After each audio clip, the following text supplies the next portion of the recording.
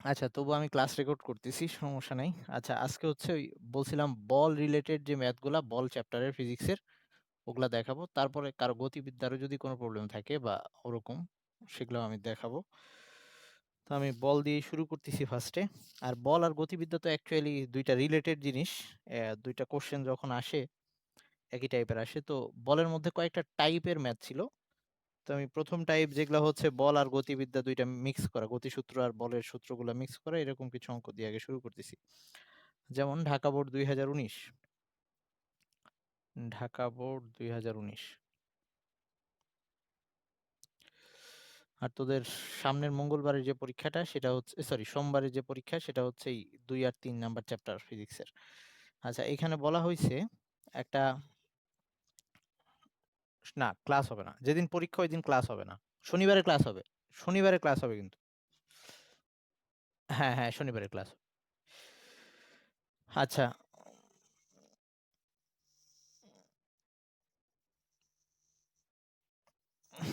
কিন্তু একসাথে সবগুলা দিলে তো আবার পারবিও না। এমনিতে আমি চাইলে একদিনে দুইটা করে এক্সাম দিতে পারি যদি তোরা বলিস।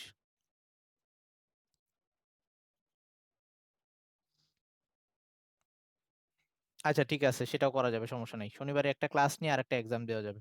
ওকে ঠিক আছে, নেক্সট উইক থেকে আমি এটা করতেছি। আচ্ছা। ওকে, হুম। আচ্ছা ঠিক আছে, তোরা একটা একটা করে দিস।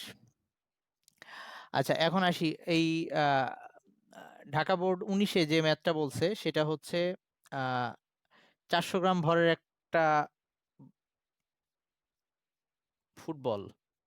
এটা হচ্ছে M 400 গ্রাম। তো এই বলটার উপরে এটা স্থির অবস্থায় আছে, এর আদিবেগ হচ্ছে 0। এটার উপরে একটা বল প্রয়োগ করা হয়েছে, সেটা হচ্ছে 5 নিউটন মানের বল। 5 নিউটন বল, এবং সেটা প্রয়োগ করা হয়েছে 2 সেকেন্ড ধরে। 2 সেকেন্ড ধরে প্রয়োগ করা হয়েছে, ধরলাম এই 2 সেকেন্ড ধরে প্রয়োগ করা হয়েছে। আর এই 2 সেকেন্ড পরে বলটা এখানে চলে আসছে ধরলাম। আহ, এবং তার বেগ, তার মানে যতক্ষণ বল থাকে ততক্ষণ ত্বরণ থাকে, তার মানে এই সময় জুড়ে তার ত্বরণ হয়েছে ধরলাম ত্বরণ, সমত্বরণ বা ত্বরণ। আর এখানে তার বেগ ভি হয়ে গেছে, শেষ বেগ ভি হয়েছে।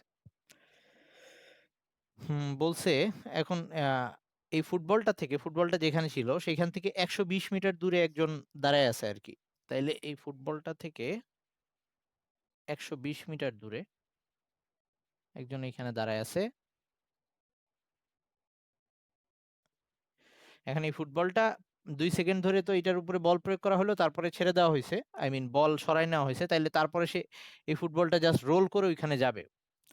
তো আস্ক করা হয়েছে যে এই ফুটবলটা ওই পর্যন্ত ওইদিকে গড়ায় যেতে থাকে, ওই লোকটার দিকে বা ওখানে যে দাঁড়ায় আছে তার দিকে।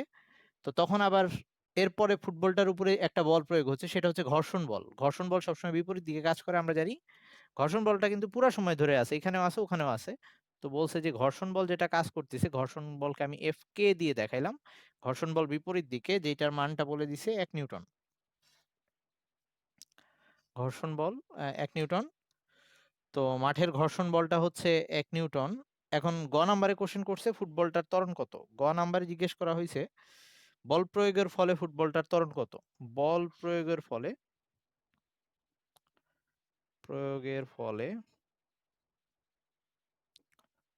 ফুটবলটির ত্বরণ কত, মানে এই যে এই এটা জিজ্ঞেস করছে। এখন কথা হচ্ছে গাইড বা টেস্ট পেপারে কোনো কোনো জায়গায়, কোনো কোনো ক্ষেত্রে এই অঙ্কটা অবশ্য মানে আর কি দুইটা গাইডে দুই রকম করে করছে। এফ ইকুয়ালস টু এম এ দিয়ে নর্মালি করছে। এফ ইকুয়ালস টু এম এ, আমরা এফ ইকুয়ালস টু এম এ সূত্র ইউজ করব, কিন্তু আমাদের সূত্র আরেকটা ছিল, একটা বস্তুর উপরে একাধিক বল প্রয়োগ করলে তখন এটাকে আমরা summation F equals to M A এভাবে লিখতাম। তো এখন অ্যাকচুয়ালি আমরা ওটাই ইউজ করব, কারণ এই ফুটবলটার উপরে যখন বল প্রয়োগ করা হয়েছে, তো কোশ্চেনটা হচ্ছে বল প্রয়োগের ফলে ফুটবলটির ত্বরণ কত। বল প্রয়োগ করার সময় কিন্তু এটার উপরে দুইটা ইয়া ছিল, বল ছিল, এটাও ছিল, আবার ঘর্ষণ বলও কিন্তু কাজ করতেছে। ঘর্ষণ বল পুরাটা সময় জুড়ে কাজ করতেছে। ওকে, তো এখন তাইলে আমরা এই ক্ষেত্রে ওই এই সলিউশনের ক্ষেত্রে summation F equals to M A ওই সূত্রটা ইউজ করব। তাইলে তাই যদি হয়, তাইলে এই সামেশন এফ মানে এখানে যে দুইটা বল, একটা হচ্ছে এফ আর একটা হচ্ছে এফ কে, এটা বিপরীত, বিপরীত হইলে মাইনাস হয়। আমরা জানি দুইটা বল বিপরীত দিয়ে কাজ করলে লব্ধি বলটা হচ্ছে একটা থেকে আরেকটা বিয়োগ দিতে হয়, ইকুয়ালস টু এম এ হবে। তো এখান থেকে আমরা বের করে নিব এটা, তাইলে এ সমান সমান আসতেছে, এ ইকুয়ালস টু আসবে হচ্ছে এফ মাইনাস এফ কে, মানে হচ্ছে 5 - 1, 5 - 1 ডিভাইডেড বাই এম হচ্ছে 400 গ্রাম, মানে হচ্ছে কেজিতে নিতে হবে, 400 ইন্টু 10⁻³ এটা যদি করি তাহলে এখান থেকে এর মানটা আসবে হচ্ছে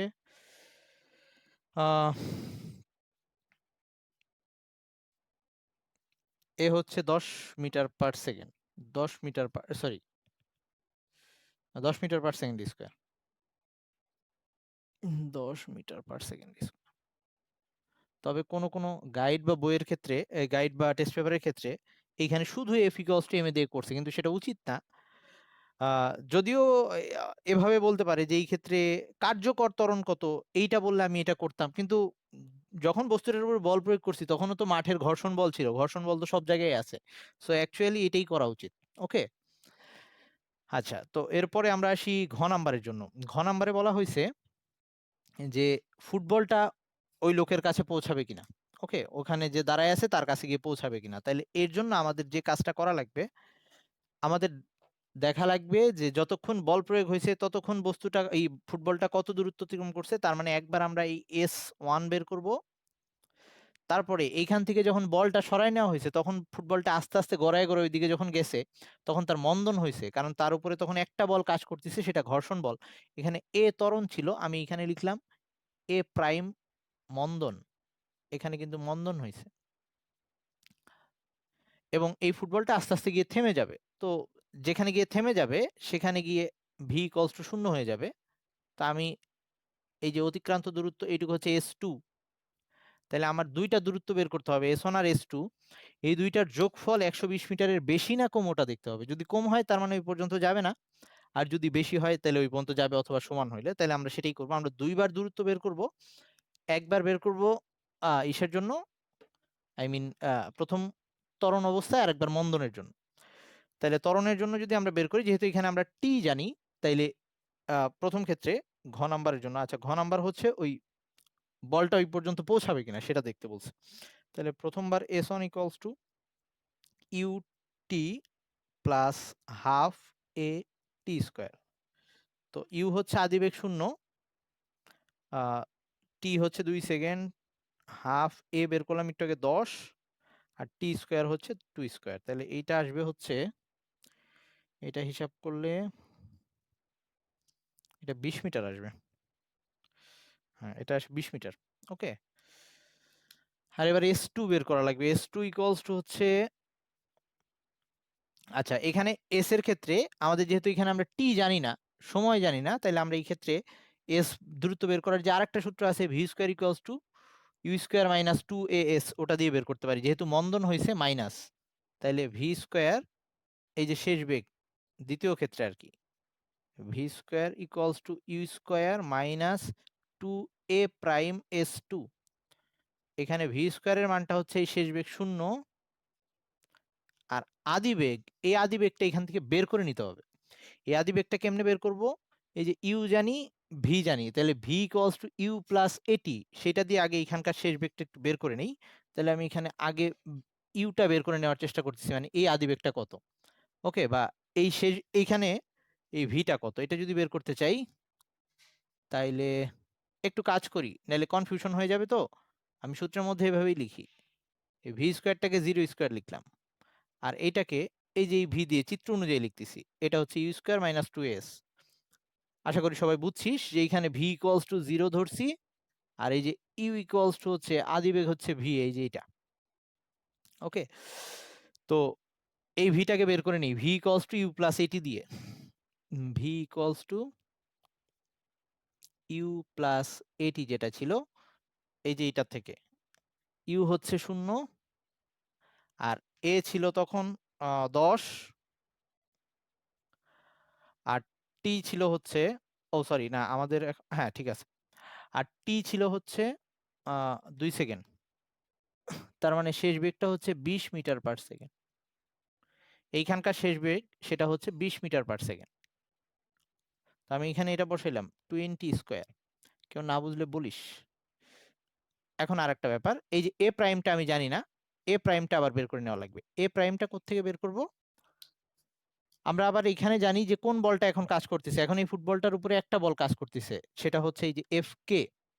তাহলে এইবার আবার সেই বলের সূত্র, F equals to M A. এইবার হবে এফ কে equals to M A prime. Okay, ফুটবলটার উপরে যে বলটা ক্রিয়া করতেছে সেটা হচ্ছে বাধাদানকারী বল এফ এ, এর কারণে ফুটবলটার মন্দন হচ্ছে সেটা হচ্ছে এ প্রাইম। তাইলে এইবার এইটা আসতেছে হচ্ছে এফ কে এর জন্য 1, আর এম হচ্ছে 400 × 10⁻³ আই মিন কেজিতে নিলে এখান থেকে এ প্রাইমটা বের করব। এ প্রাইমটা আসতেছে, এ প্রাইমটা হিসাব করলে এবার আসবে হচ্ছে 2.5 2.5 মিটার/সেকেন্ড স্কোয়ার। এটাকে এখানে বসাই দিব 2.5। তাহলে এখান থেকে S2 পাবো 80 মিটার। 80 মিটার। তাহলে আমরা দুইবার দূরত্ব বের করছি। একবার হচ্ছে বল প্রয়োগ করা অবস্থায় যতক্ষণ ধরে বল প্রয়োগ করছি, যতক্ষণ তার সমত্বরণ হয়েছে ততক্ষণ সে অতিক্রান্ত দূরত্ব। পরের বার তার উপরে একটা বাধাদানকারী বল, সেটা হচ্ছে ঘর্ষণ বল, সেইটার সময় সে কতখানি দূরত্ব অতিক্রম করছে। এখন এই দুইটাকে যোগ করে যদি 120 মিটার আসবে না, 100 মিটার আসছে। সো বুঝতেই পারতেছি ওই পর্যন্ত পৌঁছাবে না। তো আমরা লিখে দিব যেহেতু S1 plus S2 is less than 120 metre, তার মানে বলটা ওই ব্যক্তি পর্যন্ত পৌঁছাবে না। আচ্ছা, এটা হচ্ছে ঢাকা বোর্ড 2019-এর ম্যাথ ছিল। এবার আমরা তার পরেরটা একটু দেখতেছি, সেটা হচ্ছে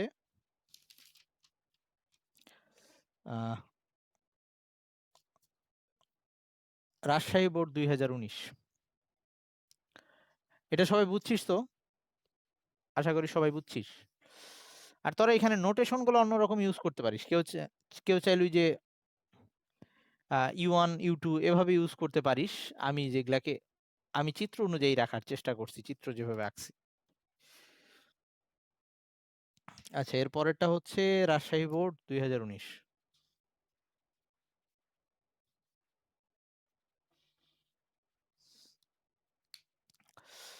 ওকে, রাজশাহী বোর্ড 2019-এ যে কোশ্চেনটা সেটা হচ্ছে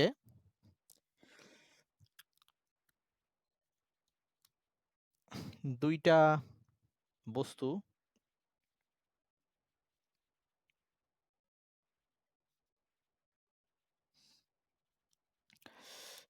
একটা হচ্ছে M1, এটা হচ্ছে M1, এটার ভরটা হচ্ছে 10 গ্রাম। আর আরেকটা বস্তু M2,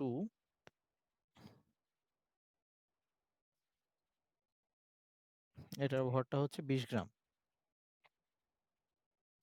20 গ্রাম, দুইটাই ভূমি থেকে সেম উচ্চতায় আছে, দুইটাই ভূমি থেকে 50 মিটার উচ্চতায় আছে। H equals to 50 metre. তো এখন এখানে কিছু অ্যাডিশনাল ডাটা দেওয়া আছে, সেটা হচ্ছে বলছে M1 বস্তুর উপরে কার্যকর বল, M1 বস্তুর উপরে কার্যকর বল মানে এইটার উপরে সামেশন F1 এই কার্যকর বলটা হচ্ছে 0.039 নিউটন, না সরি 0.078 নিউটন, 0.078 নিউটন মানে কার্যকর মোট বল আর কি, সামেশন F1। আর এইটার উপরে কার্যকর বল বলতে বুঝাচ্ছি যেহেতু উপর থেকে এটাকে ভূমিতে ছেড়ে দেওয়া হবে, বাতাসের বাধা তার উপরে কাজ করবে, মানে দুইটা বল কাজ করতেছে, একটা ওজনের কারণে সে নিচে পড়বে, আরেকটা হচ্ছে তার উপরে বাতাসের বাধা, দুইটা বিয়োগ করে এই বলটা আর কি। তো পরেরটাই বলা হয়েছে দ্বিতীয় বস্তুটার উপরে কার্যকর বল, এটা হচ্ছে সামেশন F2, এটা ইকুয়ালস টু বলে দেওয়া আছে 0.039, হ্যাঁ 0.039 নিউটন, 039 নিউটন। এখন বলা হয়েছে বস্তু দুইটাকে একই সময়ে ছেড়ে দেওয়া হয়েছে। একই সময়ে ছেড়ে দিলে গ নাম্বারের কোশ্চেন হচ্ছে M1 বস্তুর উপরে ঘর্ষণ বল নির্ণয় করতে বলছে। M1 বস্তুর উপরে বাতাসের ঘর্ষণ বল আর কি, M1 বস্তুর উপর এমন বস্তুর উপর বায়ুর ঘর্ষণ বল।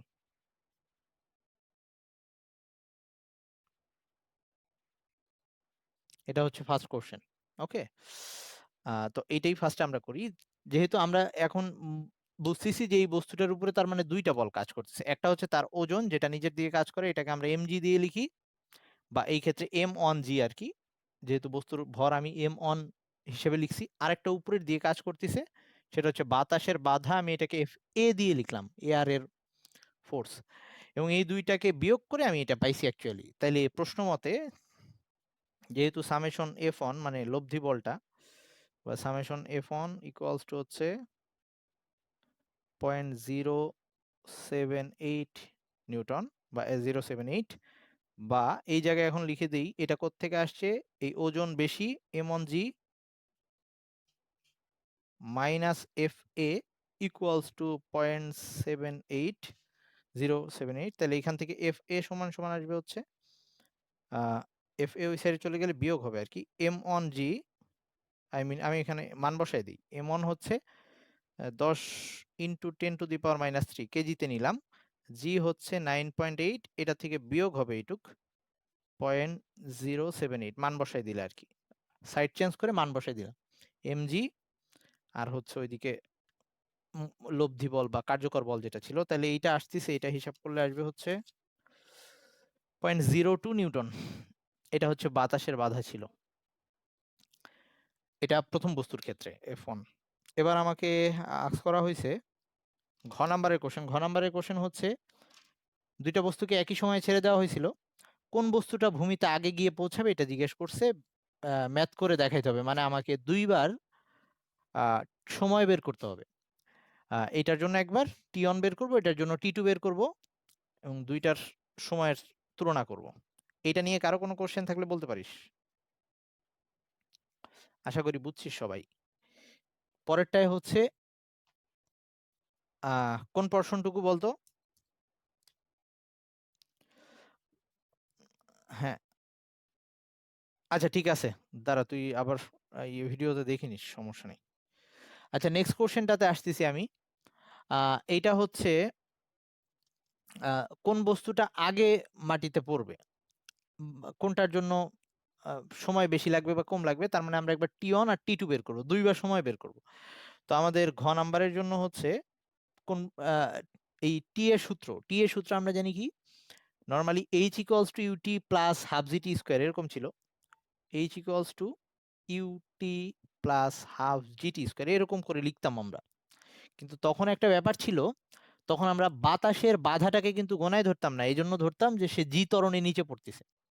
কিন্তু এখন যেহেতু এই বস্তুটার উপরে বাতাস একটা বাধা দিচ্ছে, ও কিন্তু জি ত্বরণে নিচে পড়তে পারবে না, তার ত্বরণটা একটু কমে যাবে, বাতাসের বাধার কারণে তার ত্বরণটা একটু কমে যাবে, এই জন্য আমরা এখানে জি ইউজ করব না, কারণ এই ত্বরণটা চেঞ্জ হয়ে যাবে দেখে এটাকে আমরা ধর এ দিয়ে ইউজ করতেছি। এই এ দিয়ে বুঝাচ্ছি, বা প্রথম বস্তুর ক্ষেত্রে এটাকে আমি a1 দিয়ে বলতেছি, a1 দিয়ে বুঝাচ্ছি কার্যকর ত্বরণ, মানে কাটাকাটি করে তার কতটুকু ত্বরণ আছে আমরা সেটা এখন বের করে নিতে পারবো, সমস্যা না।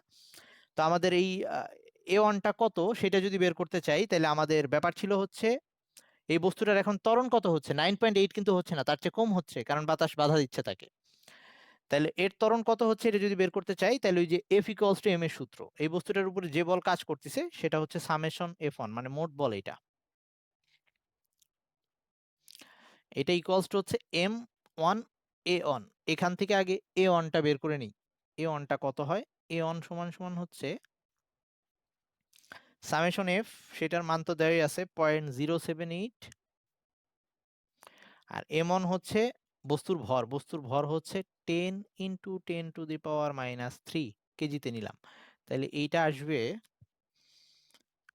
7.8, এই যে কমে গেছে 9.8 থেকে একটু কমে গেছে 9। নর্মালি যদি বাতাসের বাধা না থাকতো তাহলে এটা কিন্তু 9.8 আসতো, 7.8 মিটার পার সেকেন্ড স্কোয়ার, এটুকু হয়ে গেছে। তাহলে এখন বস্তুটার কার্যকর ত্বরণ এটা, তাহলে এখন আমি এখানে বসাই দিই, এটারে টি1 বানাই দিলাম, যেহেতু প্রথম বস্তুর জন্য আমি টি1টা বের করব, তাহলে এইচ হচ্ছে 50, আদিবেগ 0, স্থির অবস্থা থেকে ছেড়ে দেওয়া হয়েছে, এখানে হচ্ছে হাফ 7.8 টি-অন স্কয়ার। তো এটা হিসাব করলে টি-অনটা যেটা আসবে আমি সরাসরি লিখে দিচ্ছি, টি-অনের মান আসবে হচ্ছে 3.58 সেকেন্ড। এটা হচ্ছে প্রথম বস্তুর জন্য। এবার দ্বিতীয় বস্তুর জন্য সেম ভাবে আমরা এইচ এইচ তো সেম, সবকিছু সেম, জাস্ট টি2 বের করব, তখন ওগুলা চেঞ্জ হয়ে যাবে। তো দ্বিতীয় বস্তুর জন্য এই টি-অনের জায়গায় এটা টি-অন থাকলো, আমি টি-অনটা এখানে লিখে রাখি, টি-অন হচ্ছে 3.58 সেকেন্ড। দ্বিতীয় বস্তুর জন্য এটা টি2 হয়ে যাবে, এটা টি2, এইটা এ2, এইটা টি2, এইটা চেঞ্জ হবে, এটা আমাদের বের করে নেওয়া লাগবে, এটা টি2 স্কোয়ার।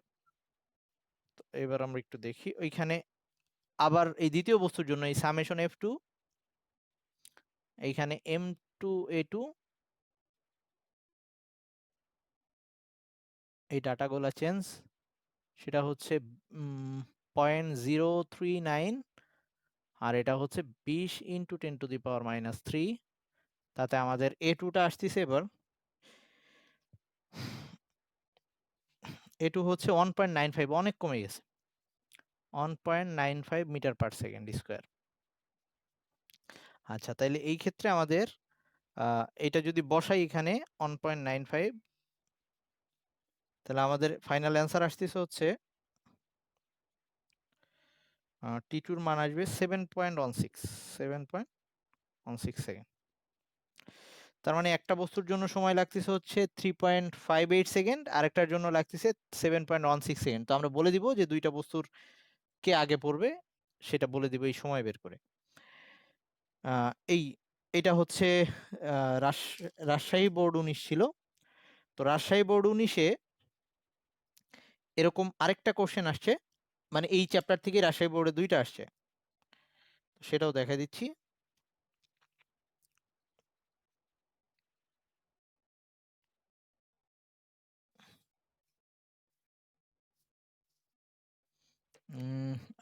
এই যে সব সময় হবে না, মনে হয় এই জানুয়ারি মাসটা হবে, আর তারপরে সুযোগ হইলে আমি মনে হয় কোচিং এই শুরু করতে পারি, মোটামুটি সব আস্তে আস্তে খুলে দিচ্ছে, ফেব্রুয়ারিতে শুরু করার ইচ্ছা, দেখি।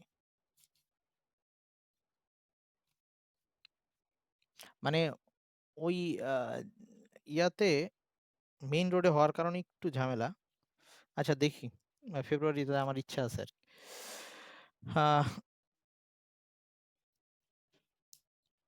হ্যাঁ, নিতে পারবো, এরকম কোনো সমস্যা নাই। আচ্ছা ইয়ে, সাদিউল স্যার কয়টায় ক্লাস নেয়? মানে আমার ডেটেই থাকে?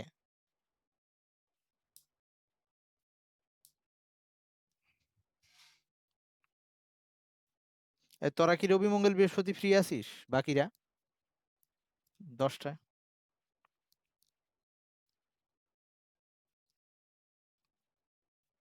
আচ্ছা তাইলে আচ্ছা দাঁড়া, ফেব্রুয়ারি, আচ্ছা ঠিক আছে, ফেব্রুয়ারি, দাঁড়া দাঁড়া, এই মাসটা কষ্ট কর, ফেব্রুয়ারি থেকে ঠিক করে দিচ্ছি। ওকে, আচ্ছা এখন আসি তো আমাদের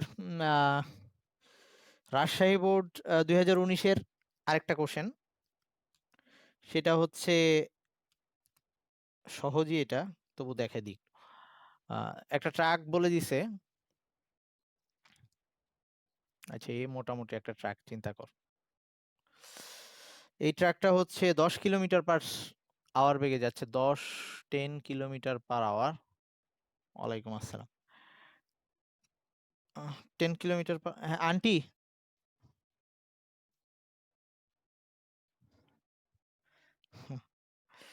আচ্ছা আচ্ছা, 10 কিলোমিটার পার আওয়ার। ও কোন ক্লাসে পড়ে জানি?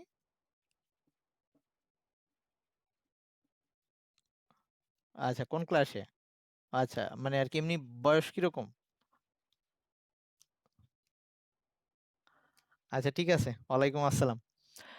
হ্যাঁ, এইটা বলছে যে একটা ট্রাক, সেটা হচ্ছে 2.8, মানে হচ্ছে কিলোমিটার পার আওয়ারে দেওয়া আছে, এটাকে যদি মিটার পার সেকেন্ডে নিই তাহলে 2.8 হবে আর কি, সরি 2.78-এর মতো আসে আর কি, 2.78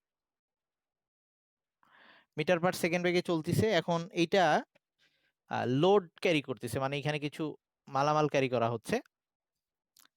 তো এখন বলা হয়েছে যে এইটা 10 মিটার দূরে একটা ট্রেন যাইতে দেখে, ধর এটা হচ্ছে রেল লাইন, তো ধরলাম এই ট্র্যাকটা থেকে 10 মিটার দূরে একটা ট্রেন যাইতে দেখে সে ব্রেক করছে। এর ফলে এই ট্র্যাকটা 5 সেকেন্ডে থেমে গেছে, তাইলে ধরলাম যে ধর এই দূরত্বে এসে মোটামুটি এখান থেকে ধরলাম যে এইটুকু হচ্ছে t = 5 সেকেন্ড, এই সেকেন্ড এখানে এসে তার বেগটা শূন্য হয়ে গেছে। এখন বলছে খালি ট্রাক আর এই যে লোডের ভর দুইটা আলাদা করে দেওয়া আছে, যে শুধু ট্রাকটার ভর এইটা হচ্ছে 1500 কেজি, তো এটাকে আমি mt দিয়ে দেখালাম, ট্রাকের ভর হচ্ছে 1500 কেজি। আর এই লোড যেটা, এই লোডের ভর হচ্ছে ml দিয়ে দেখালাম, সেটা হচ্ছে 400 কেজি। তো এখন আমাকে আস্ক করা হয়েছে, গ নাম্বারে বলছে ব্রেক চাপার পর গাড়িটির কত দূরত্ব অতিক্রম করছে। এটা এমনিতে সহজ, যে আমরা এস ইকুয়ালস দুই ভাবে করতে পারি, আমরা S equals to UT plus half AT square দিয়ে করতে পারি। ভি স্কোয়ার ইয়া দরকার নেই, আমরা যেহেতু হ্যাঁ S equals to UT minus half AT square দিয়ে করতে পারি, যে যেহেতু আমাদের মন্দন হচ্ছে এখানে থেমে যাবে। আচ্ছা আমি দুইটা লেখা দিচ্ছি। তো গ নাম্বারে হচ্ছে ব্রেক চাপার পর কত দূরত্ব অতিক্রম করবে, তো সেটার জন্য আমরা দুইটা ইয়া করতে পারি, একটা হচ্ছে S equals to UT minus half AT square, এটা দিয়ে করতে পারি। সেক্ষেত্রে আমার এটা আবার বের করে নিতে হবে, এটা বের করে নিতে হবে আবার এই যে V equals to U minus AT দিয়ে। এখানে এই যে সব ডাটা দেওয়া আছে, যে আমাদের সূত্রের ক্ষেত্রে এস বের করব, ইউ তো আদি বেগ দেওয়া আছে 2.78 মিটার পার সেকেন্ড, আর হচ্ছে টি হচ্ছে 5 সেকেন্ড, আর ভি হচ্ছে 0। তো এগুলো এখানে বসাই দিয়ে আমরা এসটা বের করে ফেলতে পারবো, এভাবেও করতে পারবো। অথবা বিকল্প হচ্ছে, যেহেতু আমি সময়ও জানি আর শেষ আদি বেগ শেষ বেগ জানি, তাহলে আমরা এই এসটাকে এটা দিয়েও বের করতে পারবো, ইউ প্লাস ভি বাই 2 টি, এটা দিয়েও বের করতে পারবো। আর এই সূত্রটা কিন্তু এই যে এইটা থেকে আসছিল, সো একই জিনিস অ্যাকচুয়ালি, দুই দুই ক্ষেত্রে আমাদের উত্তর সেম আসবে, এবং আমাদের উত্তরটা এই ক্ষেত্রে আসবে এস ইকুয়ালস টু আসবে হচ্ছে, লিখে দিচ্ছি, এস ইকুয়ালস টু আসবে 6.95 6.95 মিটার। তার মানে ওই ট্রেনের আগেই থেমে গেছে। এটা নিয়ে কারো কোনো সমস্যা নাই, আশা করি পারা যাবে, এটা ওই গতির সাথে মিলাই দেওয়া হয়েছে। ঘ নম্বরে বলছে যে ট্রাকটা যদি এই লোড ক্যারি না করতো, তাহলে চালক আরো সহজে ট্রাকটা থামাই ফেলতে পারতো। তার মানে এই জিনিসটা আমাকে গাণিতিকভাবে বিশ্লেষণ করতে বলছে। তো আমি যখন ব্রেক কষার সময় আমি অ্যাকচুয়ালি কি করতেছি, আমি একটা বাধা দানকারী বল দিচ্ছি, যে বলটা দিয়ে এই ট্রাকটাকে আমি থামাই ফেলবো। তো এই বাধা দানকারী বলটা দিয়ে যখন আমি এটাকে থামাচ্ছি, তখন ট্রাকটার একটা মন্দন হচ্ছে। তো আমার এখন অ্যাকচুয়ালি সেটাই বের করা লাগবে, যে ট্রাকটাকে আমি যদি খালি অবস্থায় থাকতো তখন যে বল দেওয়া লাগতো, এখন লোড ক্যারি করার কারণে আরো বেশি বল দেওয়া লাগতেছে, এটাই আমাকে দেখানো লাগবে। তার মানে আমার দুইবার বাধাদানকারী বল বের করা লাগবে। এফ ইকুয়ালস টু এম এর যে সূত্র, সেটা দিয়েই বের করব, কিন্তু তার জন্য আগে আমাদের এটা জেনে নেওয়া লাগবে মন্দনটা কত। ওই একটু যারা গ নাম্বারে ওই প্রথম মেথডে অঙ্কটা করবে তাদের এটা ওখানেই বের হয়ে যাবে, তো আমি এখন ওটা দেখাবো, সমস্যা নাই। তো আমাদের তার মানে দুইবার বল বের করতে হবে। একবার হচ্ছে খালি অবস্থায়, তার মানে তখন ভর নিব শুধুমাত্র 1500 কেজি। আরেকবার যখন লোড সহ, তখন ভর নিব এই দুইটাই। তাহলে দুইবার বাধাদানকারী বল বের করতেছি। একবার হচ্ছে F1 যখন লোড সহ, লোড, আচ্ছা একটা ধরলেই হলো, লোড সহ ফার্স্টে বের করে নিচ্ছি। ধর এটা হচ্ছে এম, লোড সহ যখন হবে তখন মোট ভরটা কিন্তু এমটি আর এম এল দুইটাই আসবে। আর এই এটাকে ধর এ অন দিলাম। তাহলে আমি তখন এই F1 বল প্রয়োগ করে এই পুরা ভরটা ট্রাক লোড দুইটাকেই এত মন্দনে থামাই ফেলবো। তো মন্দনটা আগে বের করে নিই, মন্দন বের কর। গ নাম্বার না ঘ? বর্ষা, না এখন শুধু গ করছি। আচ্ছা গ নাম্বারের প্রশ্নটা ছিল, আচ্ছা আচ্ছা আচ্ছা, ওকে ওকে ওকে ওকে ওকে লিখতেছি। গ নাম্বারের কোশ্চেনটা এটা ছিল, গ ছিল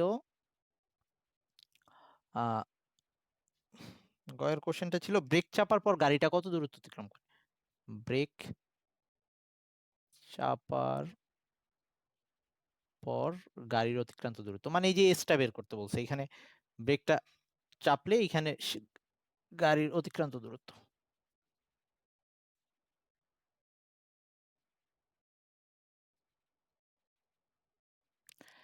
আর ঘ নাম্বার কোশ্চেনটা একটু শুনে নিস, সেটা হচ্ছে এই মাল বোঝাই অবস্থায় আর যদি খালি অবস্থায় থাকে, এই দুই ক্ষেত্রে তুলনা করা লাগবে কোন ক্ষেত্রে বাধাদানকারী বল বেশি দেওয়া লাগতেছে, অথবা এভাবে বলছে জিনিসটা যে ড্রাইভারের যদি এই ট্রাকটা খালি অবস্থায় থাকতো তাহলে কম বল প্রয়োগ করা লাগতো বা সহজে ট্রাকটা থামাইতে পারতো, এইটাকে বিশ্লেষণ করতে বলছে। এটা হচ্ছে ঘ নাম্বার।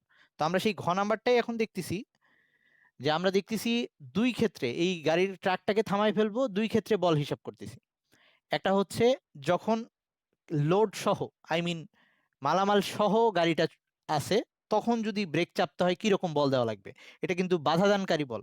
তার মানে এই বাধাদানকারী বলটাকে আমি অন দিয়ে দেখাচ্ছি, আর এই পুরা ভরটা থামাইতে হবে এবার, মানে হচ্ছে ট্রাকের ভর সহ আবার এই লোডের ভর দুইটাকে একবার, এফ ইকুয়ালস টু যে এম এ, এই এমটা হবে দুইটার ভর একসাথে, আর এই এটা হচ্ছে মন্দন, ওই যে এ ওয়ান, সেই মন্দনটা আমি আগে বের করে নিচ্ছি, মানে এই ট্রাকটাকে যে থামাই ফেলবো তার জন্য যে মন্দনটা।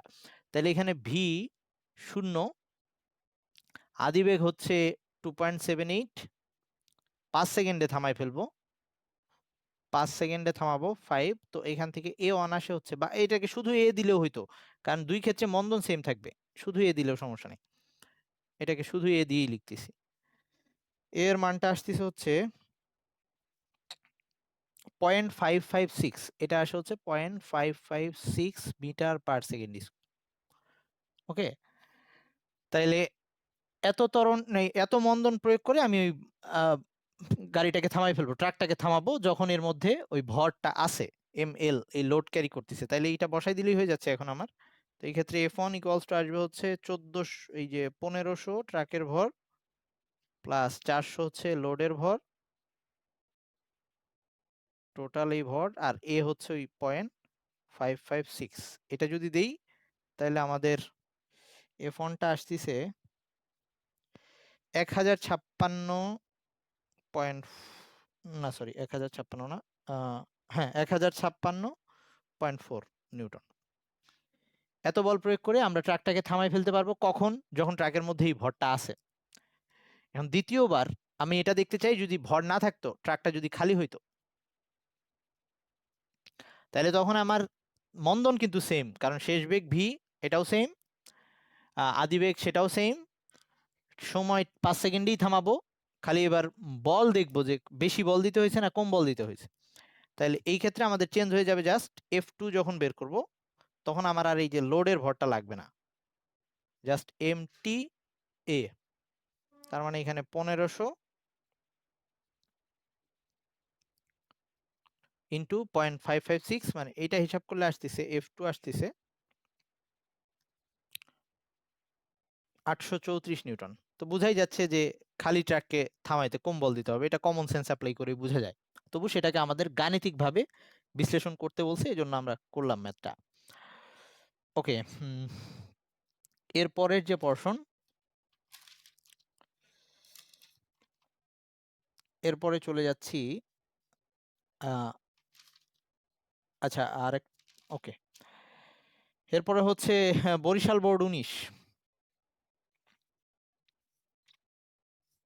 আমরা ওই যে সংঘর্ষ নিয়ে পড়ছিলাম, যে দুইটা বস্তুর সংঘর্ষ হইলে ভরবেগের সংরক্ষণ সূত্র, আর হচ্ছে একই সাথে গতি স্থিতিস্থাপক সংঘর্ষ, অস্থিতিস্থাপক সংঘর্ষ এরকম ছিল। স্থিতিস্থাপক সংঘর্ষ ছিল যে ইসের আগে, আই মিন সংঘর্ষের আগে এবং সংঘর্ষের পরে তাদের ভরবেগের সমষ্টি, আদি ভরবেগ আর শেষ ভরবেগের সমষ্টি সমান থাকবে।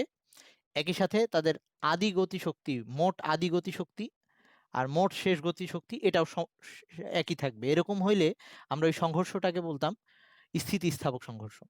আর যদি এরকম হইতো যে সবসময় সংঘর্ষের মধ্যে ভরবেগের সংরক্ষণ সূত্র মানবে, কিন্তু এরকম হইতে পারে মোট আদি গতিশক্তি আর শেষ আদি গতিশক্তি, শেষ গতিশক্তি, মোট শেষ গতিশক্তি এটা সমান নাও হইতে পারে।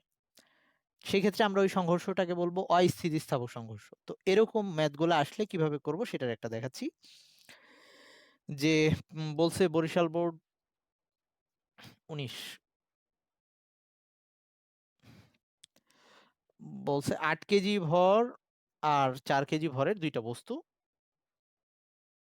তো একটা হচ্ছে 8 কেজি, এটা M1 দিলাম 8 কেজি, আর একটা হচ্ছে M2, এটা হচ্ছে 4 কেজি। এই দুইটা বস্তু একই সরলরেখা বরাবর চলতেছে, তার মানে দুইটা একই দিকে চলতেছে। তো এইটার ইউ1 আদিবেগ এটা বলে দেওয়া আছে, সেটা হচ্ছে 15 metre per second, 15 metre per second. আর এটার ইউ2 বলে দেওয়া আছে 10 মিটার পার সেকেন্ড। তো বুঝাই যাচ্ছে যেহেতু ওর তুলনায় ওর বেগটা বেশি, তাহলে ও একসময় গিয়ে ওকে ধাক্কা দিবে। কিন্তু যদি এরকম হইতো ওর বেগটা ওর তুলনায় বেশি হইতো, কখনোই এই সংঘর্ষ হওয়া পসিবল ছিল না। এই জন্য আমরা যখন এই যে সংঘর্ষ পড়ছিলাম তখন এটা বলেই দিছিলাম শর্তের মধ্যে যে অবশ্যই U one greater than U two হইতে হবে, নাহলে কিন্তু কখনোই সংঘর্ষ হবে না। আচ্ছা, তো বলছে যে এরকম দুইটা চলার সময় এক সময় এই প্রথম বস্তুটা এই দ্বিতীয় বস্তুটাকে ধাক্কা দিল। এর ফলে প্রথম বস্তুর বেগটা 10 মিটার পার সেকেন্ড হয়ে গেছে। প্রথম বস্তুর বেগটা 10 মিটার পার সেকেন্ড হয়ে গেছে, এটা আমাদের বলছে। তাহলে আমরা ধরলাম যে তাদের মধ্যে সংঘর্ষ হয়েছে, এটা সংঘর্ষের আগে। আর সংঘর্ষ হওয়ার পরে যখন এইটা গিয়ে ওইটাকে ধাক্কা দিছে, তো প্রথম বস্তুর বেগটা কমে গেছে। প্রথম বস্তুর বেগটা এটা যেটা M1 ছিল তার বেগটা এখন ইউ2 হয়ে গেছে। সরি, ইউ2 না, V1। মানে ইউ1 ছিল আদি বেগ, শেষ বেগ V1। এর বেগটা হয়ে গেছে 10 মিটার পার সেকেন্ড বেগ, 10 মিটার পার সেকেন্ড। আর দ্বিতীয় বস্তুটার বেগটা বলে নাই, তো দ্বিতীয় বস্তুটা নতুন বেগে চলতেছে যেহেতু তাদের বেগ চেঞ্জ হয়ে গেছে এখন। তো এটা আমরা জানি না V2টা কত। ওকে, এটা হচ্ছে M2। এরকম হচ্ছে ব্যাপারটা, এটা হচ্ছে সংঘর্ষের পরে। তো আমাদের কোশ্চেন হচ্ছে গ নাম্বারের কোশ্চেন, প্রথম বস্তুর বলের ঘাত কত? প্রথম বস্তুর বলের ঘাত কত? আমার নোট আশা করি তোদের কাছে আছে। প্রথম বস্তুর বলের ঘাত কত? তো বলের ঘাত সমান সমান যেটা ছিল, বলের ঘাত আমরা পড়ে আসছিলাম, বলের ঘাত ইকুয়ালস টু ছিল ভর বেগের পরিবর্তন। ভর বেগের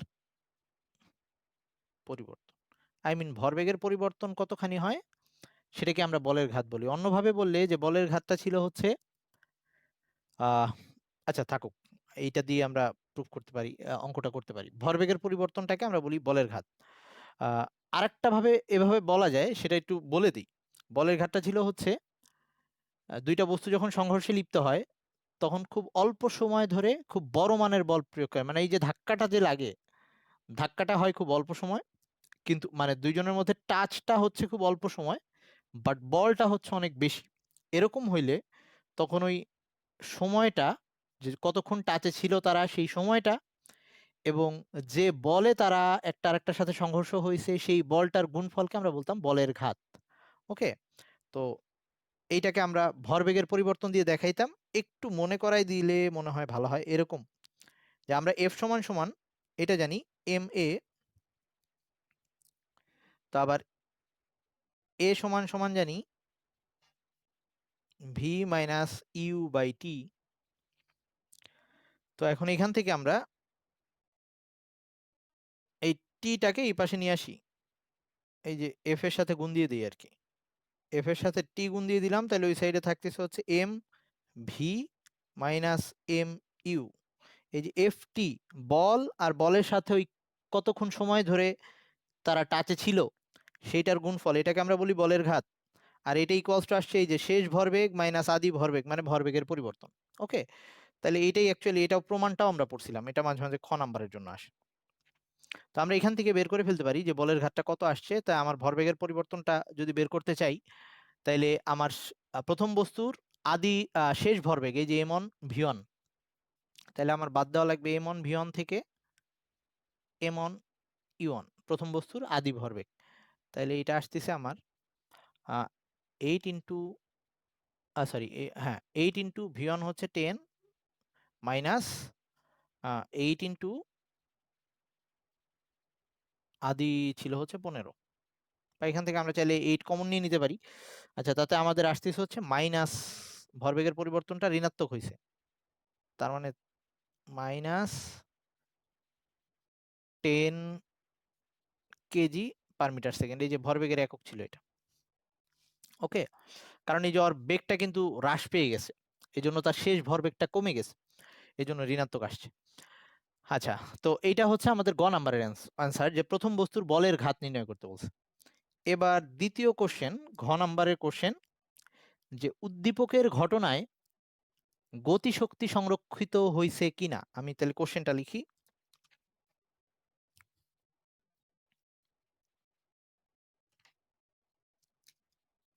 ঘ নাম্বারের কোশ্চেন হচ্ছে উদ্দীপকের ঘটনায়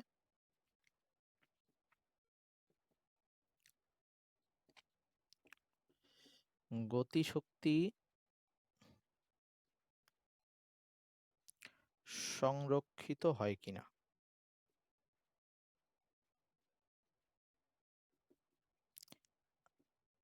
এভাবে কোশ্চেনটা বলতে পারে, অথবা এটাকে এভাবেও বলতে পারতো যে সংঘর্ষটি স্থিতিস্থাপক কিনা। সংঘর্ষটি, বা অনেকভাবেই কোশ্চেনটা করার ওয়ে ছিল, কিন্তু এই যে স্থিতিস্থাপক কথাটাকে ওইটার মধ্যে অ্যাড করে দিবে আর কি। সংঘর্ষটি স্থিতিস্থাপক কিনা। তো স্থিতিস্থাপক সংঘর্ষ হওয়ার জন্য দুইটা শর্ত। একটা হচ্ছে, মানে দুইটা শর্ত বলা উচিত না, কারণ সবসময় ভরবেগের সংরক্ষণ সূত্র ঠিক থাকবে, ওই যে m1u1 plus m2u2 equals to m1v1 plus m2v2, যেটা আমরা পড়ে আসছিলাম ভরবেগের সংরক্ষণ সূত্র। এটা সব সংঘর্ষের ক্ষেত্রেই খাটবে, সেটা স্থিতিস্থাপক হোক অস্থিতিস্থাপক। বাট স্থিতিস্থাপক হইলে অবশ্যই এই দুইটার আগে যে গতিশক্তি ছিল তার যোগফল, আর এই দুইটার শেষে যে গতিশক্তি হয়েছে তার যোগফল, দুইটা সমান থাকবে। তো আমরা এখন সেটাই দেখবো যে সমান আসছে কিনা, তাইলে গতিশক্তি সংরক্ষিত হয়েছে, অথবা সংঘর্ষটি স্থিতিস্থাপক হয়েছে। তো এটা আমরা দেখার চেষ্টা করি। তাহলে এর জন্য একটা ব্যাপার, আমাদের গতিশক্তি বের করার জন্য সূত্র ছিল হচ্ছে হাফ এম ভি স্কোয়ার, মানে ভর লাগবে আর বেগ লাগবে। তাহলে এইটার ভর জানি, বেগ জানি, এটার ভর জানি, বেগ জানি, এটার ভর জানি, বেগ জানি, কিন্তু ওইটার ভরের সাথে বেগটা জানা নাই। তাহলে ওইটার বেগটা আগে বের করে নিই, কারণ আমার প্রত্যেকটারই বেগ দরকার হচ্ছে। তাহলে ঘ নাম্বার করার জন্য আগে আমি ভি টুটা বের করতে ফেলতে চাই, এবং বলছি যে কোনো সংঘর্ষই ভরবেগের সংরক্ষণ সূত্র মানবে। তার মানে ফার্স্টে আমরা শুরু করবো এই ভরবেগের সংরক্ষণ সূত্র দিয়ে, m1u1 plus m2u2 equals to m1v1 plus m2v2। এটা হচ্ছে আমাদের ভরবেগের সংরক্ষণ সূত্র, যে কোনো সংঘর্ষ এটা মানবে। তাহলে এটা স্থিতিস্থাপক অস্থিতিস্থাপক যাই হোক, কিছু আসে যায় না, আমি এই সূত্র লিখতে পারবো। তাহলে এখন লেখার সময় m1 সেটা হচ্ছে 8, u1 সেটা হচ্ছে 15, m2 হচ্ছে 4, u2 হচ্ছে 10। একটা ব্যাপার আছে, যেহেতু তারা একই দিকে এই জন্য দুইটাই প্লাস লিখলাম। যদি বিপরীত দিকে হইতো, একটাকে প্লাস ধরলে আরেকটায় মাইনাস লিখতাম, দিকগুলা কিন্তু মেটার করে যদি দুইটা বস্তু বিপরীত দিক থেকে আসতো। আচ্ছা, তো তারপর এখানে m1 সেটা হচ্ছে আবার 10, v1 হচ্ছে 10, আর সরি এটা 10 না, তো এটা 8, আর m2 হচ্ছে 4। এই v2টা বের করব, তো v2 কত আসে আমি একটু দেখি। v2 হচ্ছে 20 মিটার পার সেকেন্ড আসছে। তার মানে দেখ, এই যে ওর গতিশক্তি, মানে ওর আদিবেগটা কমে গেছে, 15 থেকে শেষ বেগ হয়ে গেছে 10, আর ওর 10 ছিল, ওরটা এখন ডাবল হয়ে গেছে, ওর 20 মিটার পার সেকেন্ড হয়ে গেছে ধাক্কার ফলে। আচ্ছা, যা হোক, তাহলে এখন আমাদের এইটাকে ইউজ করে আমরা গতিশক্তি বের করব।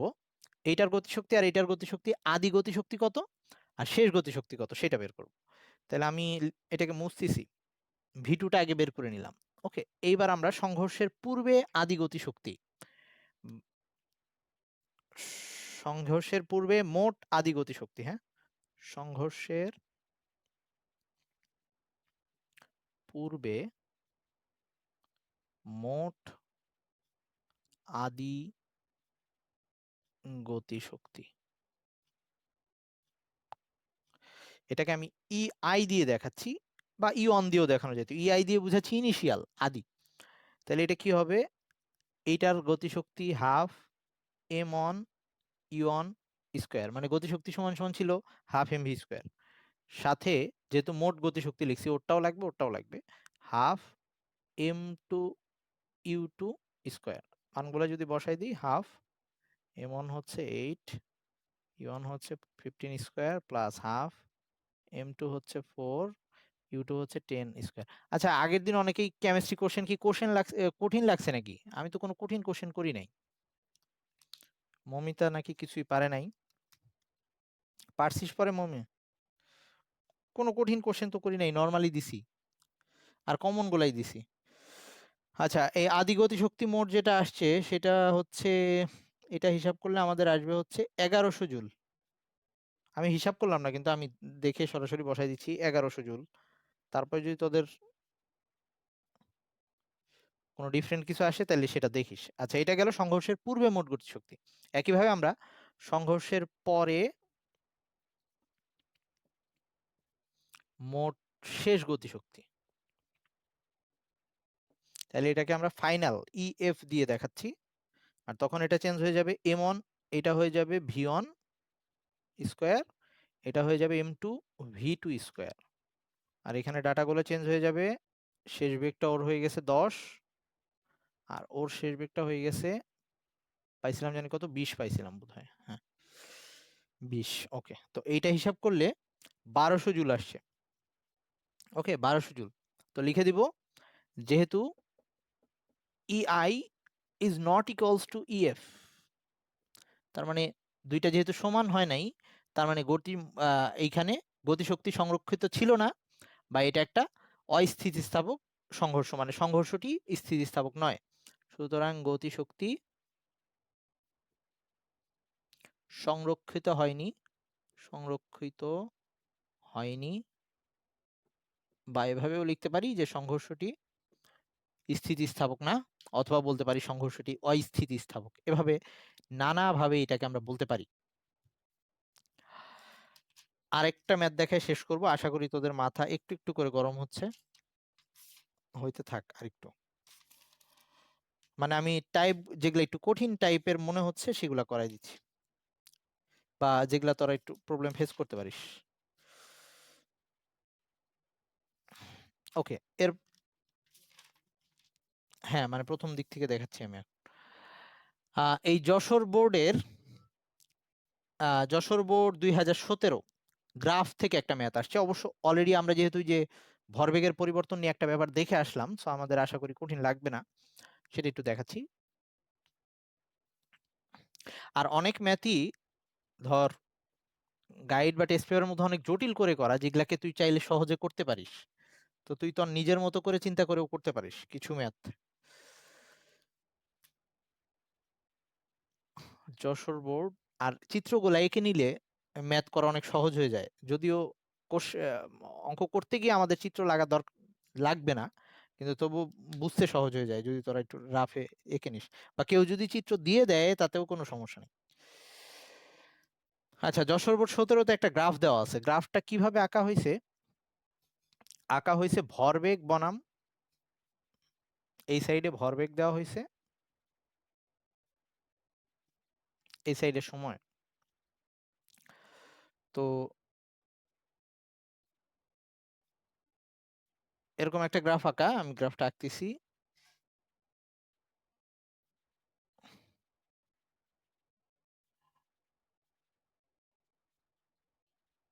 ভরবেগ মানে কি, ভর আর বেগের গুণফল দেওয়া আছে। ওকে, তো এটা হচ্ছে ও এ বি সি ডি। তো এখানে মানগুলা যেগুলা দেওয়া আছে, এখানে দেওয়া আছে 20, সময়গুলো সেকেন্ডে দেওয়া, হ্যাঁ 20 সেকেন্ড, এগুলো সেকেন্ডে দেওয়া।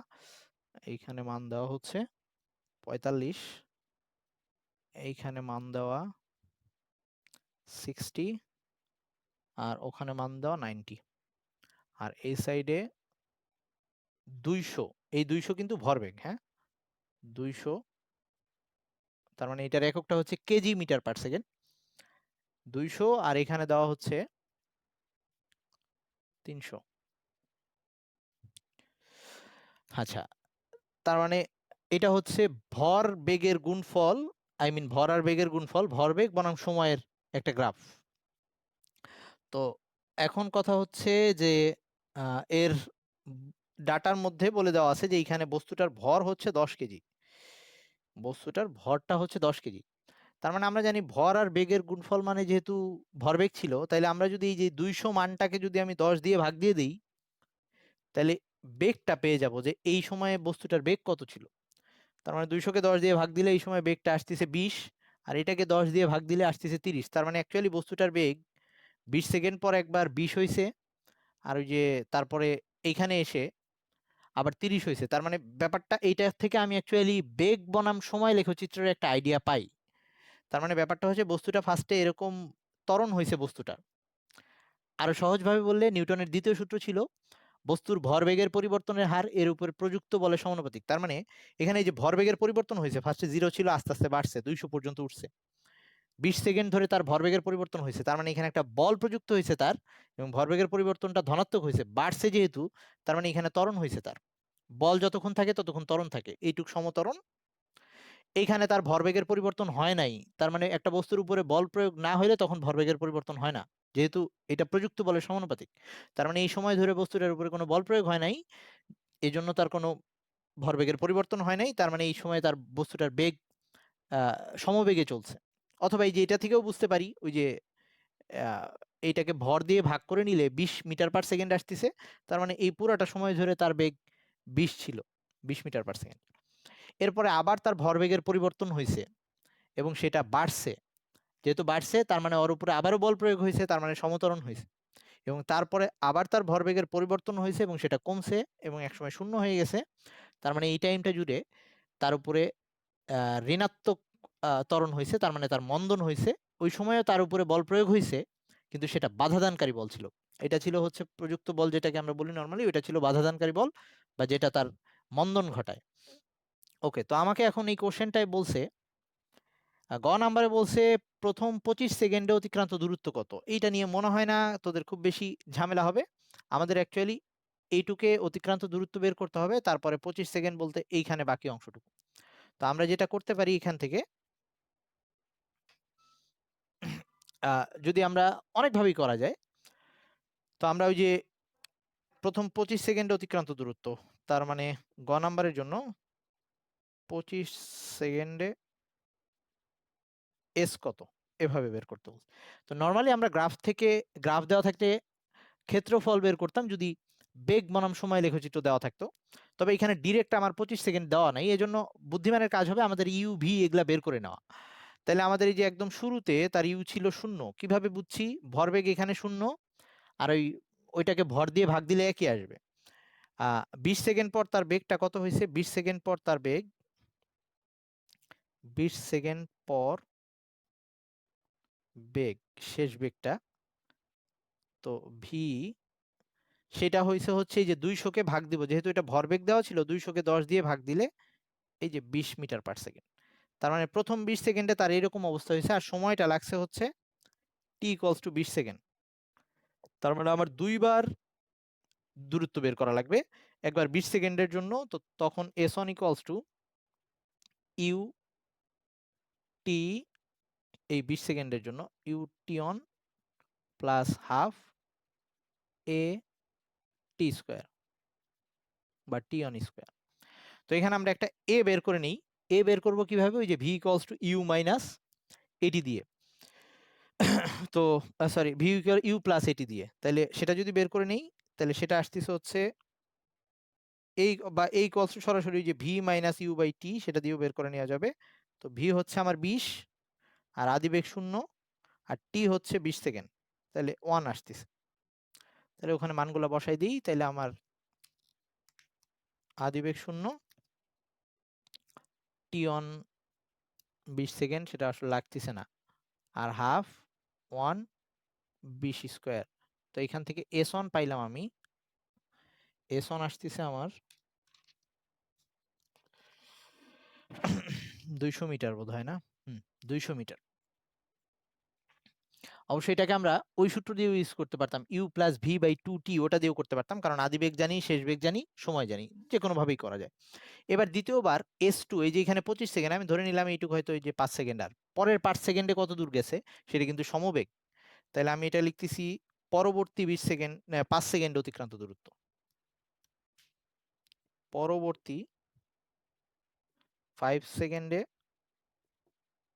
অতিক্রান্ত দূরত্ব, যেটাকে আমি S2 দিয়ে দেখাচ্ছি এবং এটা সমবেগে গেছে সে, তাহলে সেটাকে আমি VT2 দিয়ে দেখাচ্ছি। তাহলে এই সমবেগটা এটা কত বের করছিলাম, এটা বের করছিলাম হচ্ছে 20, তাহলে 20 আর T2 হচ্ছে পার সেকেন্ড মানে 100, তাহলে টোটাল হচ্ছে 300 মিটার দূরত্ব অতিক্রম করছে। তাহলে এস হবে ওই 200 প্লাস 100, 300 মিটার। এইটা সহজ, এইটা সবাই পারতি। এবার ঘ নাম্বারটা একটু বলি, মানে ঘ নাম্বারটাতেই একটু ঝামেলা। ঘ নাম্বারে বলে দেওয়া হয়েছে এই ও এ বি আর হচ্ছে সিডি, এই গ্রাফের মধ্যে যে তিনটা part O A B R CD, এই তিনটা অংশে ক্রিয়াশীল বলের তুলনা করতে বলছে। আমাদের অবশ্যই এই অংশও চাইতো, আর আমি বলছি যে প্রত্যেকটা অংশে বল কাজ করতেছে, সরি প্রত্যেকটা অংশে না, এই যে যখন ভরবেগের পরিবর্তন হয়েছে এই অংশে বল কাজ করতেছে, এই অংশে বল নাই শূন্য, সেটা আমাদের বলে দিতে হবে যে কেন নাই। এই অংশে বল আছে, ত্বরণ ঘটাচ্ছে সমত্বরণ, এখানেও বল আছে কিন্তু বাধাদানকারী বল মানে ঋণাত্মক। তাহলে আমরা এইটাই বের করব, আমরা সরাসরি সূত্র ইউজ করেই বের করব। তো আমরা অলরেডি, তাহলে ঘ নাম্বারে আমাদের যা বের করতে বলছে, ঘ নাম্বারে বের করতে বলছে যে এফ ও এ মানে ও এ অংশ বরাবর বল কত, আর এফ এ বি আর হচ্ছে এফ সিডি, আমাদের বিসি চায় নাই, চাইতে পারতো, ওকে, এগুলা কত। তাহলে আমরা ফার্স্টে ওই সূত্রটা আবার একটু লিখি, যে নিউটনের সূত্রটা ছিল যে এফ ইকুয়ালস টু এম এ, ওকে। তো আমাদের বের করা লাগতেছে বলের মান, তাইলে বল এটা সমান সমান আবার লেখা যায় ওই যে একটু আগেই লিখলাম M V minus U by T, তাইলে আবার এখান থেকে লিখতে পারি M V minus M U divided by T, আগে এই সূত্রটা আমি লিখলাম। তার মানে ভরবেগের পরিবর্তন যদি আমরা জানি আর সময় জানি, তাইলে আমরা বলটা বের করে ফেলতে পারি। তাহলে এই যে আমার যেহেতু ভরবেগের গ্রাফ দেওয়া আছে, তাহলে আমি শেষ ভরবেগ মাইনাস আদি ভরবেগ আর ওইটুক ভরবেগের পরিবর্তন হইতে কত সময় লাগছে সেটা দিয়ে বের করে ফেলতে পারবো বলটা কত। তাহলে আমরা ফার্স্টে আগে এফ ও এ বের করি, ও এ অংশ বরাবর বল কত সেটা যদি বের করতে চাই, এম ভি শেষ ভরবেগ সেটা হচ্ছে 200, আদি ভরবেগ হচ্ছে 0, সময় লাগছে কত 20 সেকেন্ড, তাইলে এখানে হচ্ছে 200 মাইনাস 0 ডিভাইডেড বাই 20, তাহলে এই ক্ষেত্রে বলটা আসতেছে 10 নিউটন। দ্বিতীয় অংশে চলে যাই এ বিতে, তার আদি ভরবেগও 200, শেষ ভরবেগে 200, মানে ভরবেগের পরিবর্তন হয় নাই, তার মানে কোনো বল নাই সেখানে। তাইলে এ বিতে শেষ ভরবেগে 200, আদি ভরবেগেরও 200, সময় এখানে 25 সেকেন্ড, না লিখলেও চলে, 25, জিরোই আসবে অ্যান্সার, ওকে। এই বরাবর কোনো বল নাই। তারপর এফ সিডি, এটাও আমাদের চাইতে পারতো, তখন আমরা ওভাবে করতাম, চাই নাই তো দেখাচ্ছি না আমি। এফ সিডির মধ্যে শেষ ভরবেগ, এই শেষ ভরবেগ হচ্ছে 0, শেষে ভরবেগটা 0 হয়ে গেছে, আর আদি ভরবেগ ছিল 300 ডিভাইডেড বাই সময় লাগছে হচ্ছে আমাদের 30 সেকেন্ড, তো 30 সেকেন্ড। তাহলে এই ক্ষেত্রে 10 আসতেছে কিন্তু মাইনাস আসতেছে, এই 10 দিয়ে বোঝাচ্ছে এটা বাধাদানকারী বল, ওই সময় মন্দন হচ্ছে। তো এই হচ্ছে আমাদের বলের মোটামুটি বিভিন্ন টাইপের ম্যাথ। এটাকে 0 নিউটন লিখে দিতে পারিস। আচ্ছা, এখন হচ্ছে আমাদের কোশ্চেনগুলা নর্মালি আমাদের এই যে গতিবিদ্যা আর বলের কোশ্চেনগুলা নর্মালি দুইটা চ্যাপ্টার মিলেই আসে, এবং দুইটা চ্যাপ্টার মিক্স করে একবারে দেয়। আর একটু কঠিন করতে চাইলে ওই যে ইসের ম্যাথগুলা দেয় আর কি, যেটা আমরা আগের দিন করছিলাম, যে ওই এক গুলি অতিক্রান্ত গুলি কতখানি তক্তা ভেদ করতে পারবে বা কয়টা তক্তা ভেদ করতে পারবে এরকম, বা তক্তা ভেদ করতে পারবে কিনা। আর ভরবেগের সংরক্ষণ সূত্র থেকে এই সে ইয়া বের করতে বলে, আই মিন একটা কখনো বলে যে স্থিতিস্থাপক সংঘর্ষ কিনা, আবার কখনো দুইটা বস্তু সংঘর্ষের সময় শেষ ভরবেগ, শেষ বেগ কত হবে দ্বিতীয় বস্তুটার, বা প্রথম বস্তুটার শেষ বেগ কেমন হবে, এরকম এগুলা টাইপের অঙ্ক দিতে পারে। সো একটার মধ্যে হচ্ছে আমাদের ওই যে summation F equals to M A related কিছু ম্যাথ, আর আরেকটা টাইপে আমরা যদি চিন্তা করি সংঘর্ষ নিয়ে কিছু ম্যাথ এরকমই আসে। আর গ্রাফ থেকে কখনো ওই যে ক্ষেত্রফল বের করে দূরত্ব অতিক্রম কতখানি দূরত্ব হয়েছে সেটা বের করতে দিতে পারে। সো টাইপ হিসেবে ভাগ করলে এরকম 2-3টা টাইপের মধ্যেই ম্যাথগুলা থাকে, আর ওই দুইটা চ্যাপ্টার মিলেই আসে, এই জন্য আমি দুইটা চ্যাপ্টারকে একসাথে নিচ্ছি। তো আমরা সোমবারে ইয়া করব, এক্সাম নিব, তবে শনিবারে আমরা দরকার হলে এই চ্যাপ্টারের আরো কিছু ম্যাথ দেখতে পারি যদি প্রয়োজন হয়, বা তোরা যদি এর মধ্যে প্রবলেম বের করিস। তো ঠিক আছে, সেই পর্যন্ত সবাই ভালো থাকিস। আল্লাহ হাফেজ।